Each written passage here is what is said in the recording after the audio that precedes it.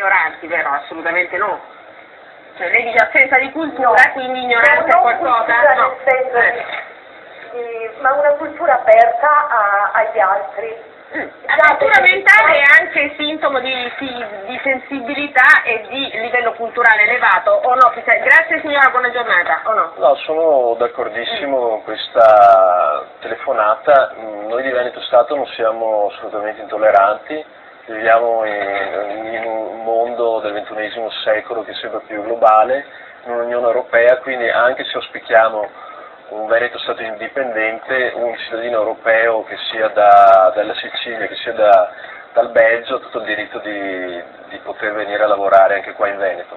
Però ci tenevo anche a sottolineare, prima avevo fatto solo uno spunto storico, che quando si parla non c'è motivo di contestare l'unità d'Italia. C'è un motivo molto pratico invece, perché quando si pensa a uno Stato, lasciando stare i patriottismi, le bandiere, tutte quelle cose emotive, lo Stato offre un servizio, noi paghiamo un servizio con le tasse e ci aspettiamo indietro un servizio.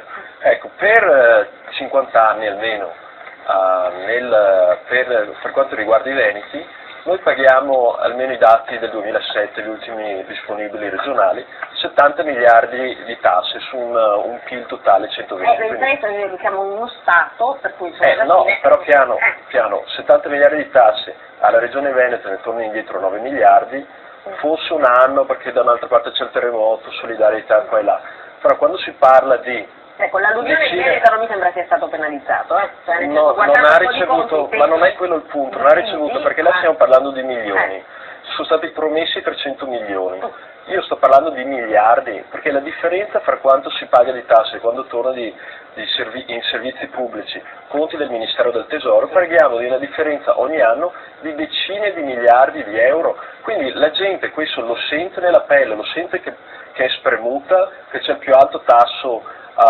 di pressione fiscale in Europa, più della Svezia, più della Danimarca, e i servizi sono da Albania. Quindi quando parliamo di decine di miliardi di euro all'anno per una popolazione di 5 milioni, parliamo di migliaia di euro all'anno per cittadino. Quindi questo è semplicemente, se non riceviamo indietro un servizio per quello che paghiamo, non siamo obbligati a stare... Dunque la gente lo avverte come, tant'è che poi alla fine